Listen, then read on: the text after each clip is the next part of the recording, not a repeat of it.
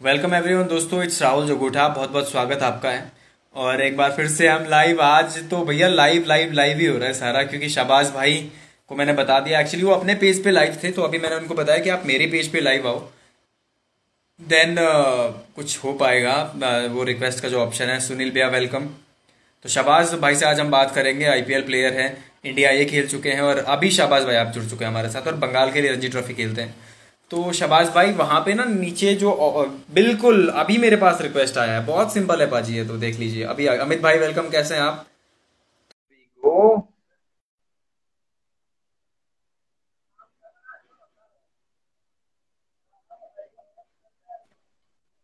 ये करना था पाजी, बहुत सिंपल है।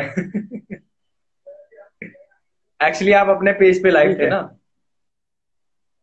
हाँ हाँ, मैं अपने पे था।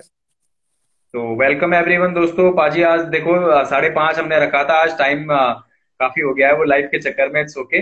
सो वेलकम एवरीवन दोस्तों। आज हमारे साथ मौजूद हैं, नो नीड टू इंट्रोडक्शन, उसकी तो आवश्यकता भी नहीं है, मतलब he is one of the best younger player in the India, Shahbaz Ahmed भाई। वेलकम आपका पाजी। थैंक यू भाई। तो पाजी शुरू करते हैं बिना टाइम वेस्ट किए। कि मतलब इंडिया में आप देखते हैं कि क्रिकेट का मतलब कितना क्रेज है। तो आपके क्रिकेटर बनने की जर्नी, मतलब एक शुरुआत जो है वो कहाँ से शुरू हुई? नहीं, मैं बचपन से ही प्लेयर ही बनना चाहता था, क्रिकेटर, क्योंकि मेरा पूरा फोकस क्रिकेट पर ही था। जर्नी मेरी जी। यहाँ से स्टार्ट होती है। मैं इधर हरियाणा में रहता हूँ। यहाँ पे मैं पहले प्रैक्टिस करता था।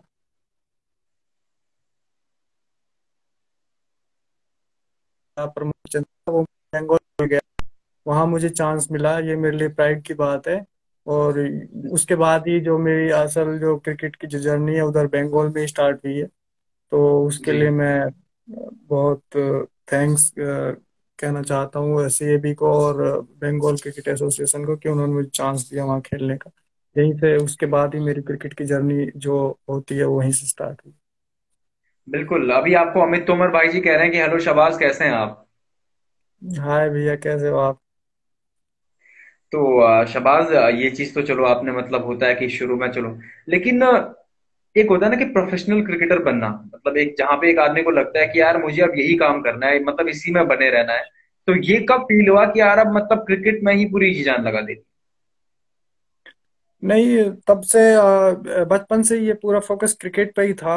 अब उसके साथ साथ पढ़ाई भी की, और उसके साथ जो सारे जो होते हैं बचपन में पढ़ाई लिखने के अलावा जो सारे काम होते हैं वो किए, लेकिन पूरा फोकस क्रिकेट पे ही था कि एक प्लेयर बनना है। क्योंकि जब से ही मैं खेलना शुरू किया मुझे एक खेल में इंपॉर्टेंस मिल रही थी सब तरीके से कि हाँ, मैं अच्छा खेलता हूँ, मुझे आगे ट्राई करना चाहिए। तो वही जो मुझे भी क्रिकेट खेलने में बहुत जो लाइफ में जो इंटरेस्ट होता है वही करना चाहिए। मेरा भी इंटरेस्ट क्रिकेट में ही था। तो फिर इसीलिए मैं इसी में मैंने अपना सोचा कि मुझे इसी में अपना करियर बनाना है। और बहुत खुशी है कि इसमें अभी करियर ठीक चल रहा है। आगे देखते हैं क्या होता है। अभी तो ये स्टार्टिंग है मुझे लगता है, और आगे भी अच्छा ही करेंगे, कोशिश अच्छा कर खेलने के लिए। बिल्कुल। पहले तो शबाज भाई, शुभम सौडियाल भाई आपको हमारे उत्तराखंड से हाई कह रहे हैं। और कह रहे हैं कि इनकी दिल्ली की टिकट जो है वो बहुत महंगी पड़ी। कुछ ऐसे बातें कर रहे हैं, यूसीएल उत्तराखंड क्रिकेट लीग आप जब खेलते थे। एक बार शुभम सोडियल ने हाँ टिकट कराई थी मेरी, तो मैं अनफॉर्चुनेटली उनके लिए वो मैच खेल नहीं पाया था, क्योंकि मुझे पटना जाना था अर्जेंट। वहाँ भी एक अच्छा मैच था, तो इसलिए मैं वहाँ पे जा नहीं पाया। तो इसलिए बोल रही हैं सब। बिल्कुल बाजी। तो ये तो चलो बाजी, जो चीजें होती हैं वो शुरू हुई एज ए क्रिकेटर, आम बच्चे की तरह आपने स्टार्ट करा। लेकिन एक होता है ना कि हमारा आइडियल बचपन से क्रिकेटर होता है जिसको हम फॉलो करके चलते हैं। तो आपके आइडियल कौन से क्रिकेटर थे जिनको आप फॉलो करके चले? ऐसा मैंने फॉलो किया नहीं किसी को। ये टाइम टू टाइम चेंज होता रहता है। अभी भी ऐसा नहीं है कि मैं किसी एक बंदे को फॉलो करता हूँ। ये टाइम टू टाइम चेंज होता रहता है। जब मैं छोटा था तो कोई और प्लेयर था, अभी देखता हूँ तो कोई और प्लेयर है। लेकिन फिर भी मैं बचपन से ही थोड़ा नीचे जो 7 8 6 7 नंबर खेलता हूँ बैटिंग में। तो बचपन में जब मैं था तो मैं माइक हसी को बहुत लाइक करता था। अभी आया हम्म। हूँ तो मैं अभी बेन स्टोक्स को बहुत फॉलो करता हूँ। तो ये टाइम टू जी। टाइम चेंज होता रहता है। ऐसा नहीं है मैं किसी एक ही बंदे को फॉलो कर रहा हूँ। करता हूँ मैं, ये टाइम टू टाइम चेंज होता रहता है। बिल्कुल, लेकिन वो जो बचपन वाला कनेक्शन होता है ना, एक कि मतलब यार, एक जो याद होती है बचपन की, जो पहला अपना फेवरेट खिलाड़ी होता है वो डेली याद रहता है लाइफ टाइम पर, ये तो है। बिल्कुल बिल्कुल। अच्छा, पाजी फैमिली सपोर्ट के बारे में आप कुछ बताइए। मतलब अमित भाई से मेरी कल बात हुई, अमित तोमर भैया, मनन भैया से मेरी बात हुई, मनन दत्ता भैया। उन्होंने कहा कि इस लड़की ने बहुत स्ट्रगल किया है अपनी लाइफ में, तो मतलब वो कुछ पार्ट आप बताइए। सब आप देख रहे हैं तो मतलब कैसी जर्नी थी ये क्रिकेटर बनने की, वो थोड़ा आप बयान करें। नहीं, फैमिली से मुझे हमेशा सपोर्ट मिली है। कभी भी उन्होंने मुझे रोका नहीं क्रिकेट खेलने के लिए, क्योंकि मेरे डैड जो है बहुत सपोर्ट करते हैं क्रिकेट को। तो उन्होंने काफी सपोर्ट किया था, फैमिली से काफी सपोर्ट मिला था। जो मुझे करना था लाइफ में उसके लिए मुझे पूरा उनकी तरफ से सपोर्ट मिला है। और रही बात स्ट्रगल की, तो हाँ, मैंने काफी यहाँ पे दिल्ली और यहाँ पे एनसीआर में, गुड़गांव, फरीदाबाद, इन जगहों पे काफी क्रिकेट खेली है बचपन से ही। मैं फरीदाबाद के जो प्लेयर हैं, मैं उन्हीं के साथ क्रिकेट खेलता हूँ काफी। मैं मनन भाई के साथ भी, जो अमित तोमर भाई है, इन लोगों के साथ भी काफी टूर्नामेंट खेला हूँ।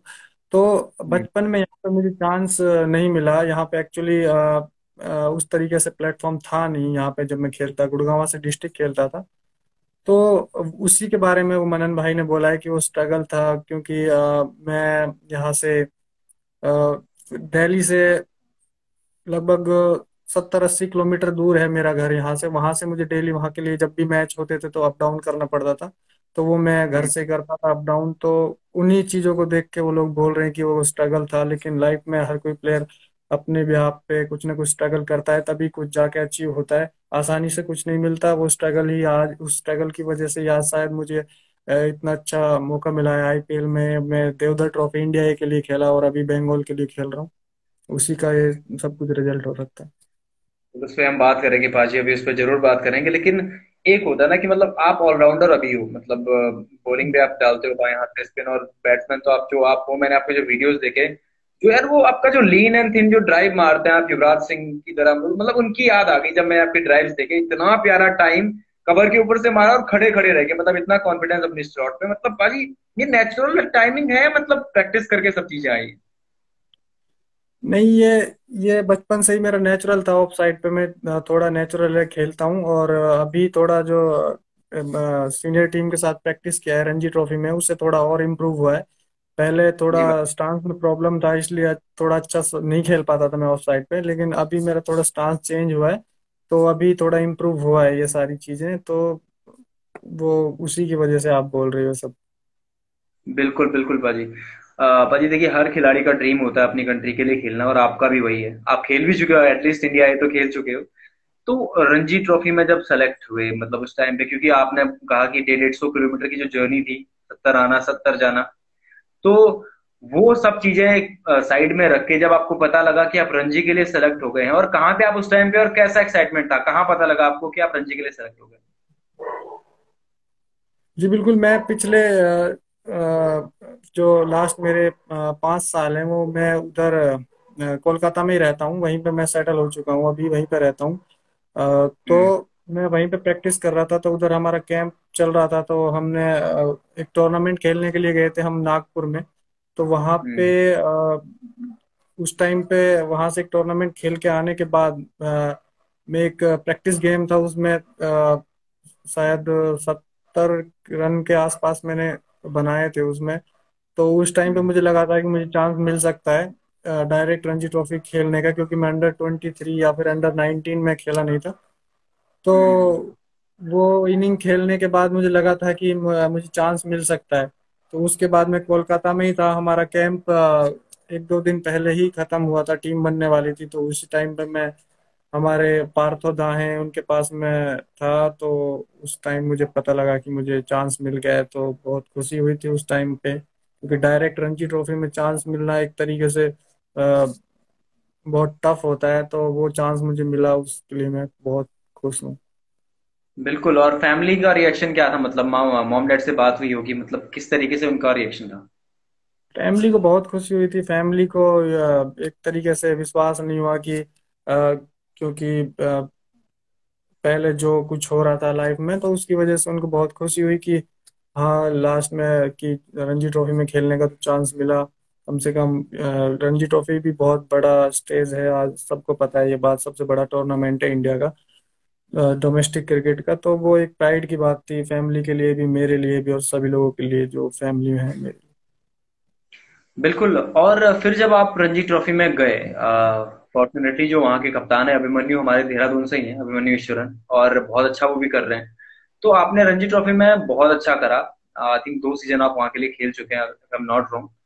तो एज ए बॉलर, पहले तो आपके गेम पे हम बात करते हैं। मतलब आपने बहुत अच्छी गेंदबाजी करी है, 10 विकेट भी एक मैच में लिए हैं। तो पाजी, कैप्टन का सपोर्ट डेज के लिए स्पेशली, या किसी भी गेम में कितना इंपॉर्टेंट होता है? क्योंकि एक पैच ऐसे आता है डेज मैचेस में कि पूरा का पूरा सेशन बिना विकेट के निकल जाता है। तो उस टाइम पे आप अपने आप को मेंटेन कैसे करते हैं, और कैप्टन का सपोर्ट कितना इंपॉर्टेंट होता जी देखो, कैप्टन का सपोर्ट उन सभी प्लेयरों के लिए होता है जिस टाइम पे जिस प्लेयर की गेम में वो जरूरत होती है। कि कभी कभी क्या होता है कि हम ईडन गार्डन में मैच खेलते हैं, तो वहां पे स्पिनरों के लिए विकेट नहीं होता। तो क्या चाहिए, ये फर्क नहीं पड़ता कैप्टन के लिए कि लास्ट गेम में कोई स्पिनर बॉलर या फिर कोई भी 10 विकेट लेके आया है, फिर 5 विकेट लेके आया है। लेकिन ईडन जैसी विकेट पे कोई भी कैप्टन वही डिमांड करेगा जो उस टाइम पे जरूरत हो। कभी कभार ऐसा भी होता है कि बॉलिंग नहीं मिलता, लेकिन कभी कभी जहाँ पे टर्नर विकेट होता है तो पूरे दिन 50 ओवर भी डालने पड़ते हैं। तो है? कैप्टन का ट्रस्ट बिल्कुल होता है। जो प्लेयर 11 खेल रहे होते हैं ग्राउंड में, सभी के ऊपर कैप्टन का ट्रस्ट होता है, तभी वो होते हैं। लेकिन हर किसी का एक इंडिविजुअल रोल होता है उसको। जब कैप्टन को चाहिए उस टाइम पे, तो उस टाइम पे अगर वो अपना गेम जो रोल उसको दिया है, अगर वो उसको निभा दे, तो फिर कैप्टन, उससे ज्यादा कुछ नहीं चाहिए कैप्टन को। तो वही है कि अ, जैसे ईडन गार्डन में मुझे काफी कम बॉल डालने के लिए मिलती है, क्योंकि वहाँ पे ग्रासी विकेट मीडियम पेसरों के लिए होती है। तो कभी कभार जहाँ भी टर्नर मिलता है हमको, वहाँ पे मैं पूरा कैप्टन मेरे को ट्रस्ट करता है। और हाँ, अभिमन्यु बहुत अच्छा कैप्टन है। उसके साथ साथ जो मैं लास्ट सीजन मनोज भैया के साथ खेला था, वो कैप्टन जी। थे, उन्होंने भी काफी सपोर्ट किया था।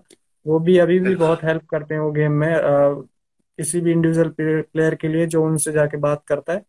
तो ये कैप्टन के लिए वही ट्रस्ट, वही मेन होता है कि किस प्लेयर से किस टाइम पे कौन कौन सा रोल चाहिए, और वो उसको किस तरीके से कंट्रोल कर रहा है गेम को। बिल्कुल बाजी, बिल्कुल। आप देखिए, ऐसी टीम से खेल रहे हैं जहां सौरव गांगुली जैसे, मतलब जिन्होंने इंडियन क्रिकेट का पूरा नक्शा बदल दिया, वो खिलाड़ी वहां से निकले हैं।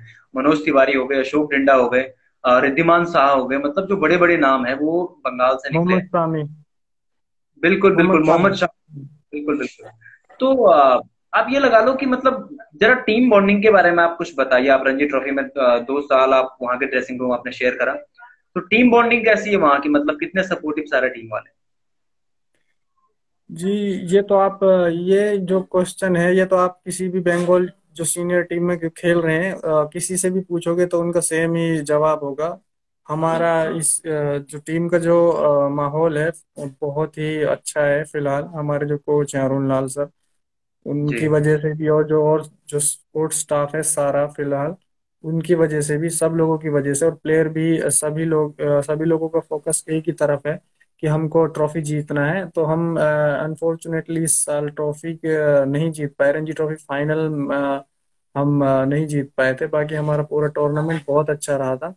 तो उस माहौल की वजह से ही हम एकजुट होके खेल रहे थे, कोई ना कोई परफॉर्म कर ही रहा था।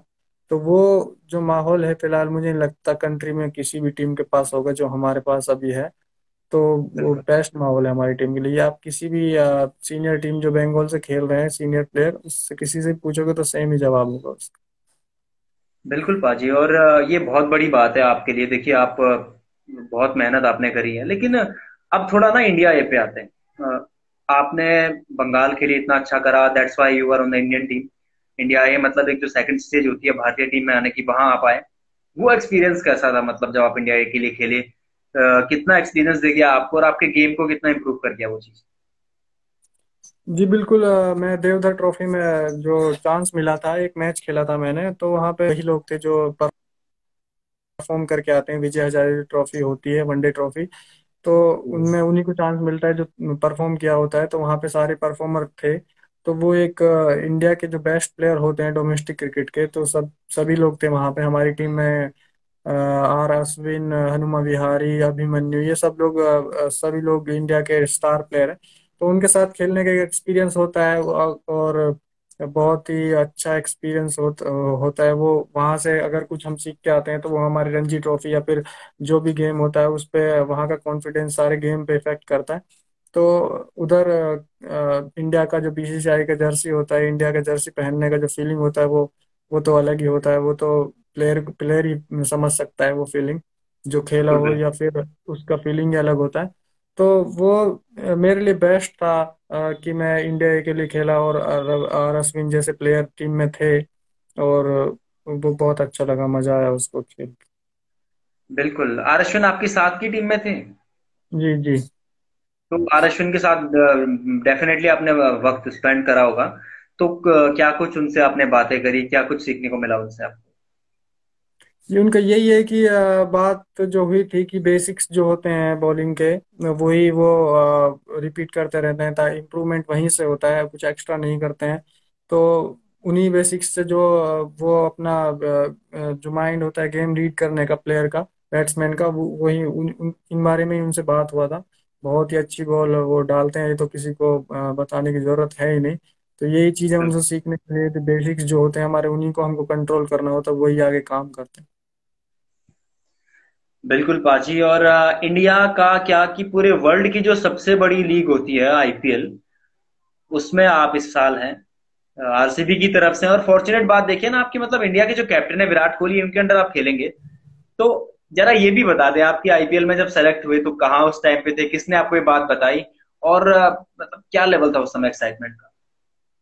एक्चुअली उस दिन हमारा रणजी ट्रॉफी का गेम खत्म हुआ था। पहला गेम था हमारा केरला के अगेंस्ट, तो वो मैच हम जीते थे। जी तो हम उस दिन ऑक्शन भी था। तो ईशान पोरेल जो हमारे टीममेट है, तो उनका जी एक्चुअली 4:30 बजे के आसपास उनका ऑक्शन में जो हुआ था, उनको ऑक्शन में उनको खरीद लिया था उन पंजाब की टीम ने।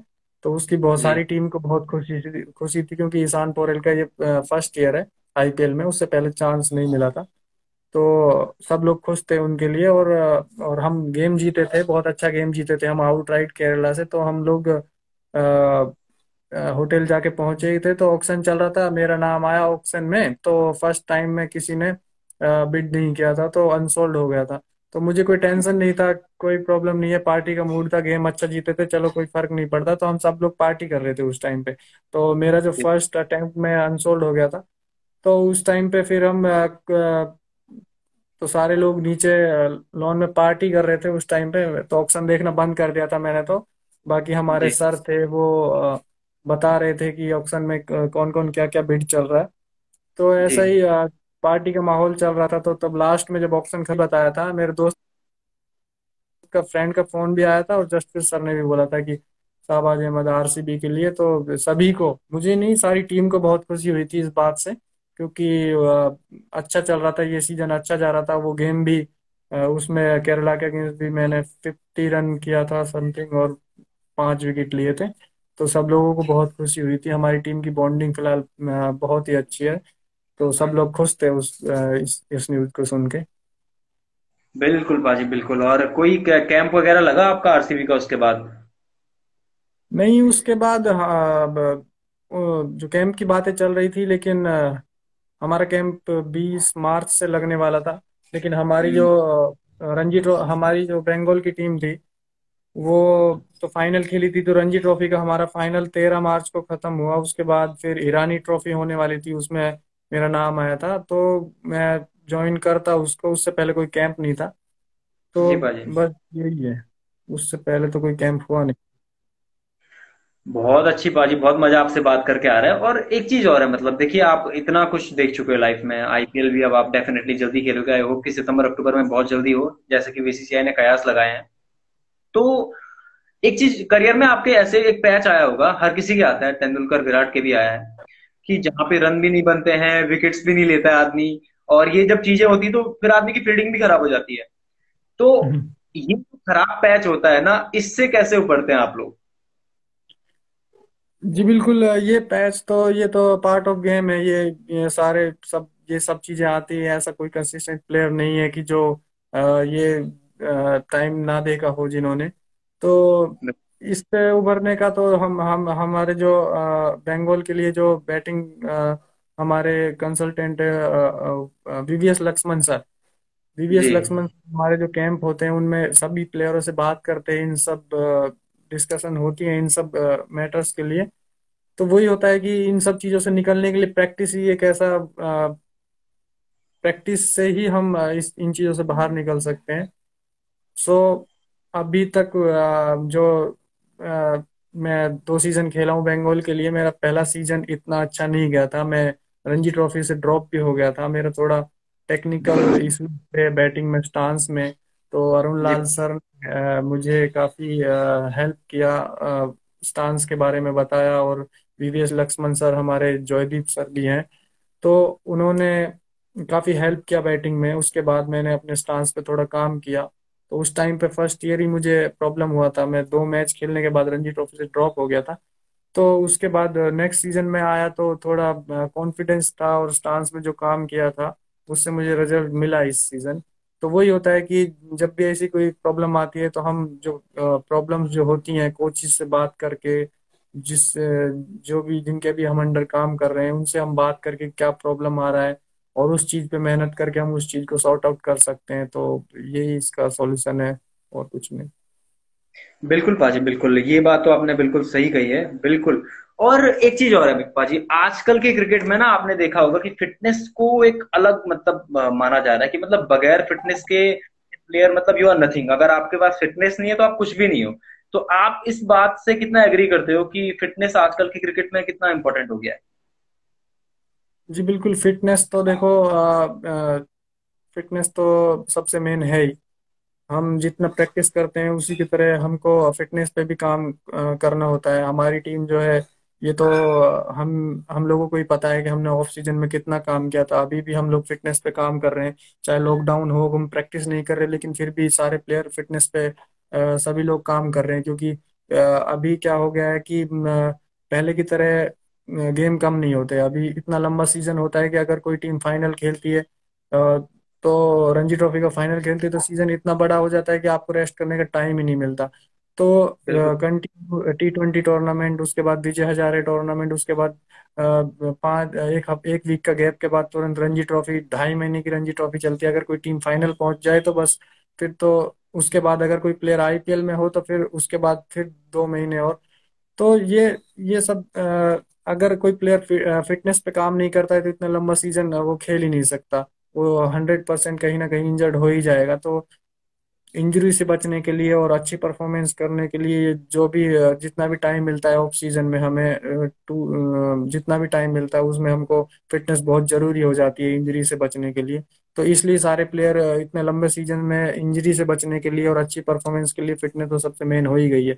क्या होता था पहले, बहुत कम गेम होते थे रणजी ट्रॉफी के भी और विजय हजारे के भी, तो प्लेयरों में चांस कम होता था इंजर्ड होने का। लेकिन अभी इतना लंबा सीजन हो गया है, जो प्लेयर आईपीएल खेलते हैं उनके लिए तो रेस्ट करने का टाइम ही नहीं है। तो जो जितना भी टाइम मिलता है फिटनेस करने का, तो सभी प्लेयर इसलिए फिटनेस पे पूरा ध्यान फोकस करते हैं और अपने आप को मेंटेन रखने की कोशिश करते बिल्कुल पाजी, बिल्कुल। आपको अमित लारा भाई हमारे उत्तराखंड के हाय कह रहे थे, अमित लारा भैया।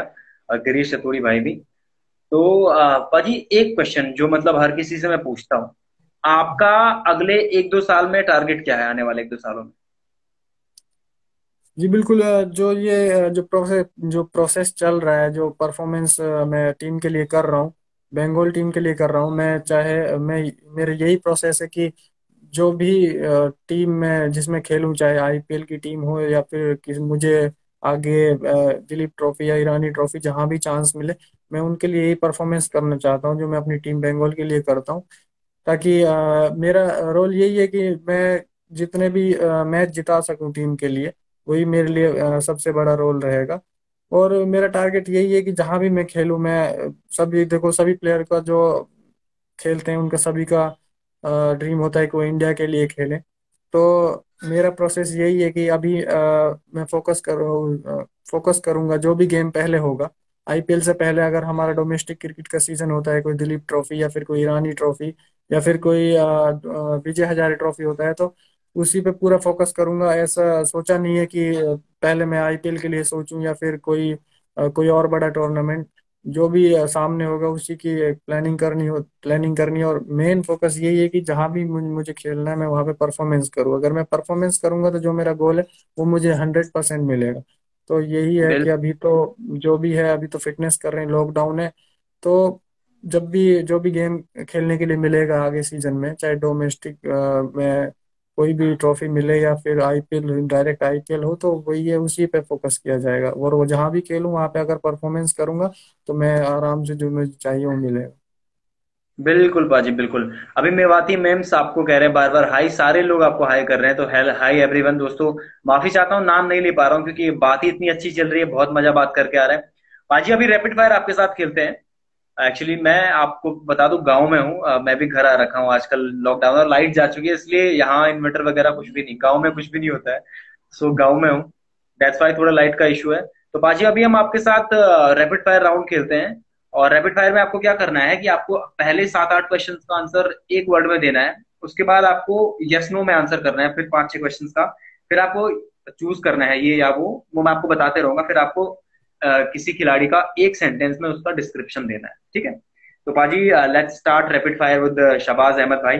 पहला क्वेश्चन है पाजी कि अगर आप क्रिकेटर नहीं होते तो क्या होते हैं?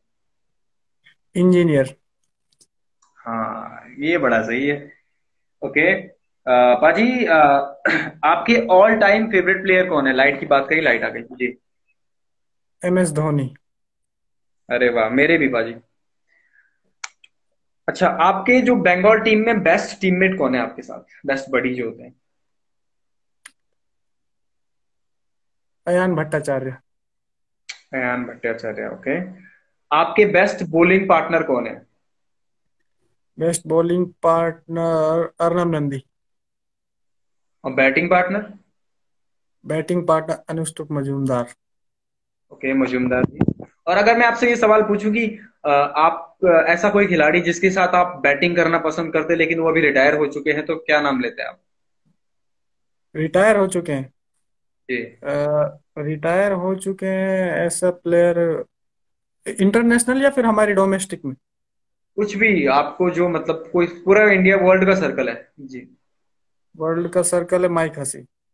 बिल्कुल। ओके। आपके आपका जो ड्रीम विकेट है वो कौन सा है, मतलब जो आप लेना पसंद करोगे फ्यूचर में? फ्यूचर में ड्रीम विकेट में MS धोनी। आईपीएल में इस बार होगा, बिल्कुल मैच होगा सीएसके से, और फिर वो बहुत हम वॉच करेंगे बड़े अच्छे से। ओके। आप अपने फोन में सबसे ज्यादा कौन सा ऐप इस्तेमाल करते हैं? फेसबुक। ओके। आपका ड्रीम ग्राउंड कौन सा है जहां आप खेलना पसंद करोगे फ्यूचर में? Eden garden. जहां आप खेल चुके हो लेकिन जहां खेलना पसंद करोगे? अच्छा, खेलना पसंद करोगे बेंगलोर। अभी तक नहीं खेला। अभी आरसीबी के लिए आप सेलेक्ट हुए हैं तो पक्का खेलेंगे। ओके, आपकी favourite IPL team? Favourite IPL team RCB। ये तो आप पॉलिटिकली करेक्ट हो गए अभी यहाँ पे। बिल्कुल। अच्छा, बंगाल टीम में सबसे अच्छा म्यूजिक टेस्ट किसका है? Music taste. टेस्ट, हाँ, सबसे अच्छा म्यूजिक कौन सुनता है? ऋतिक रॉय चौधरी। ओके। और सबसे खराब टेस्ट किसका है? अयान भट्टाचार्य। ओह, एक लास्ट क्वेश्चन है इसमें, इसके बाद हम दूसरे रैपिड फायर पे जाएंगे। आ, सबसे अच्छा डांसर कौन है बंगाल की टीम में? सबसे अच्छा डांसर अयान भट्टाचार्य। ओके। चलिए, अभी आपको पाजी यस और नो में आंसर करना है। देखो, इंडिया है तो आप खेल चुके हो, तो पहला क्वेश्चन है कि क्या कभी आप सीनियर इंडिया खेलेंगे? यस। बिल्कुल खेलेंगे, इस बात की तो मैं पूरी उम्मीद है। क्या अभी रविंद्र जडेजा पूरे इंडिया में बाएं हाथ के बेस्ट ऑलराउंडर है? यस। बिल्कुल बिल्कुल। क्या एमएस धोनी आज भी बेस्ट फिनिशर है? यस। ओके। क्या विराट कोहली सचिन के सारे रिकॉर्ड्स ब्रेक कर देंगे? यस। ओके, अभी तक सारे यस आए हैं। क्या मिचेल स्टार का जो यॉर्कर है वो बुमराह से बेटर है? नो। बुमराह का बेटर है। ओके। ये क्वेश्चन है, ये पेस बॉलिंग का ही है कि क्या बुमराह मलिंगा के 4 बॉल में 4 विकेट वाला रिकॉर्ड तोड़ पाएंगे? नो। मलिंगा ने 2 बार करा है मुश्किल वो, है। बिल्कुल। मुश्किल है। बिल्कुल बड़ा एक बार मुश्किल हो है। ओके। सकता है लेकिन 2 बार नहीं हो सकता। बिल्कुल, ये बड़ा मुश्किल है। ओके, अभी क्या सौरव गांगुली बंगाल से अभी तक आए सबसे बड़े प्लेयर हैं? जी बिल्कुल, नो डाउट। बिल्कुल, अभी आपको पाजी चूज करना है ये या वो, रेड बॉल या व्हाइट बॉल। वाइट। हाँ, बल्ले पे अच्छा आता है। जी। ओके, सेंचुरी इन डेज या 5 विकेट हॉल। सेंचुरी इन डेज। ओके, ये थोड़ा फंसाने वाला क्वेश्चन है, दोनों कैप्टन के अंदर आप खेले हैं। अभिमन्यु या मनोज भाई। जी। मनोज भाई। अच्छा, आप दोनों को भी ले सकते थे, कोई वो नहीं है, तो हम फन के लिए कर रहे हैं दोनों बस। के अंदर खेला क्योंकि एक्चुअली जो अभिमन्यु भी काफी डिस्कस करता है मनोज भाई से, वो काफी एक्सपीरियंस है। अभिमन्यु अभी न्यू कैप्टन है, तो दोनों अच्छे कैप्टन है अभी, क्या बोल सकते हैं। ओके, ईडन गार्डन या Chinna Swamy. Eden Garden. Okay, तीखा स्पिन या आर्मर। तीखा स्पिन। मतलब तेज निकलता है स्पिन होके, या वही आर्मर। है, ओके, तीखा स्पिन। वही है। और तीखा स्पिन अपने आप आर्मर भी हो जाता है। बिल्कुल बिल्कुल। विराट कोहली या डिविलियर्स। किस में मतलब चलो ठीक है, विराट कोहली। चूज करने का है पाजी, चूज करना है बस। विराट कोहली। ओके, रविंद्र जडेजा या कुणाल पांड्या। रविंद्र जडेजा। बिल्कुल पाजी, ये हमारा रैपिड फायर है। अभी एक राउंड बचा हुआ है, आपको एक सेंटेंस में किसी को डिस्क्राइब करना है। जैसे अगर मैंने सपोज दैट आपका नाम ले लिया, तो मैं कहूंगा कि बाएं हाथ के बहुत अच्छे मतलब गेंदबाज। तो आप डिस्क्राइब करो MS धोनी। MS धोनी। क्या डिस्क्राइब करूं? Best finisher. बिल्कुल बिल्कुल करेक्ट, इनके लिए वर्ड है। मनोज तिवारी। मनोज तिवारी। अ, मनोज तिवारी। अ, ब- अ, मनोज तिवारी। क्या बोल मनोज तिवारी। मनोज तिवारी। क्या बोलूं मनोज भैया।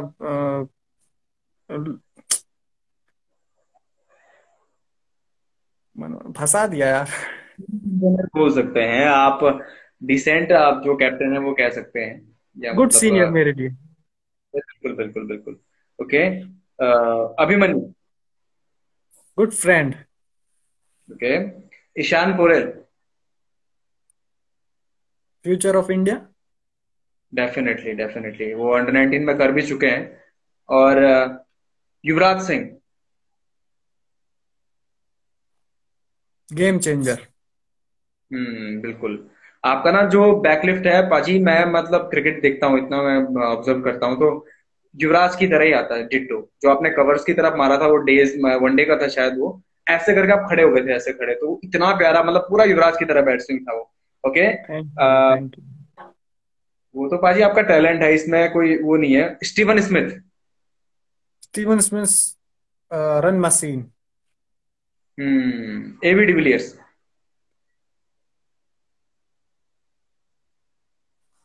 360। बिल्कुल, ये तो उनका परफेक्ट नेम है। तो पाजी ये रहा हमारा रैपिड फायर। जाते जाते जरा एक मैसेज आप सबको दे दें, क्योंकि देश में जो चल रहा है वो अभी मतलब भाई जल्दी से ही होना चाहिए। पाजी हम सब दुआ करते हैं, तो पाजी एक मैसेज आप सबको जरूर दे दें।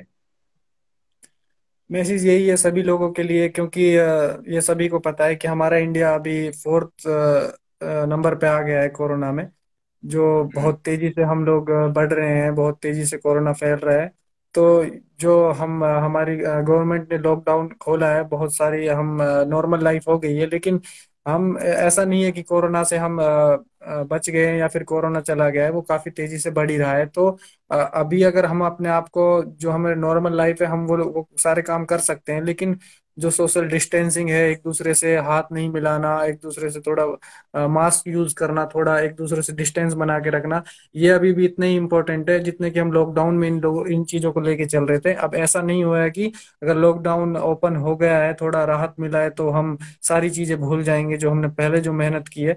जो 2 महीने हम लॉकडाउन में रहे हैं घर के अंदर, हमको बिल्कुल जो घर बाहर निकलने के लिए भी मौका नहीं दिया था। लेकिन अभी जो राहत है उसका गलत यूज ना करें हम। जो डेली वेज की जो हमारी जरूरत की चीजें हैं हम उनको नॉर्मली हमको मिल रही हैं, लेकिन हम हमारा ये सब लोगों का दायित्व तो बनता है कि हम इस चीज को सीरियसली लें। और जितना हम इन सब चीजों को, जो हमारे पीएम जो बोलते हैं कि जो सोशल डिस्टेंसिंग रखना, मास्क लगाना, एक दूसरे से मतलब हाथ नहीं मिलाना, ये सब चीजें बहुत ही इंपॉर्टेंट है। तो इनको हमको फॉलो करना ही करना है जब तक हम कोरोना को बिल्कुल ना हरा दें, जब तक एक भी केस हमारे देश में ना रहे। तभी हम लोग खेल पाएंगे, तभी सब लोग कॉलेज स्कूल जा पाएंगे। नहीं तो ये प्रॉब्लम अगर और ज्यादा बढ़ा तो बहुत प्रॉब्लम हो जाएगा सभी के लिए, देश के लिए सबसे नुकसान हो रहा है अभी फिलहाल। तो मैं सबसे रिक्वेस्ट करूंगा कि घर पे ही रहिए और एक दूसरे से दूर रहें, डिस्टेंस बना के रखें। और अभी थोड़ा टाइम लगेगा, लेकिन सब कुछ उम्मीद है कि सब कुछ ठीक हो जाएगा अगर हम ये सारी चीजें करेंगे तो। तो थैंक यू सो मच पाजी, बहुत बहुत शुक्रिया, आपने सही बात करी, बिल्कुल सोशल डिस्टेंसिंग जरूरी है। सो आई होप कि आपको मेरे से बात करके आज मजा आया होगा, काफी अच्छा मतलब एंजॉय करा होगा आपने। जी बिल्कुल। So thank you so much पाजी, स्टे सेफ, और हम दुआ करते हैं कि आपको बहुत जल्दी मतलब नीली जर्सी में देखें, सीनियर नीली जर्सी में देखें। So thank you so much पाजी, एक बार फिर से बहुत बहुत शुक्रिया पाजी आपका। ओके, थैंक यू भाई। तो दोस्तों ये थे मेरे साथ शबाज भाई। और दोस्तों प्लीज फॉलो जरूर कीजिएगा मुझे भी, शबाज भाई को भी, और यूके स्पोर्ट्स को भी, जिसने मतलब इतना बड़ा इनिशिएटिव लिया है खिलाड़ियों को स्पॉन्सर करने का। एंड दोस्तों स्टे सेफ एट होम। कल हम बात करेंगे दोस्तों शिखर धवन के कोच मदन सर से कल हम बात करने वाले हैं। And thank you so much everyone इतना सारा प्यार देने के लिए। मैं अगर आपका नाम नहीं ले पाया हूं तो मैं अगर नाम ना ले पाया हूं तो माफी चाहता हूं। सो अहमद भाई, इट्स अहमद, थैंक यू मेरे ब्रदर इतने सारे प्यारे कमेंट्स के लिए आपका भी। सो थैंक यू एवरीवन, और फॉलो जरूर करें दोस्तों। एंड बहुत बहुत शुक्रिया दोस्तों आपका एक बार फिर से। एंड धन्यवाद दोस्तों आपका, थैंक यू।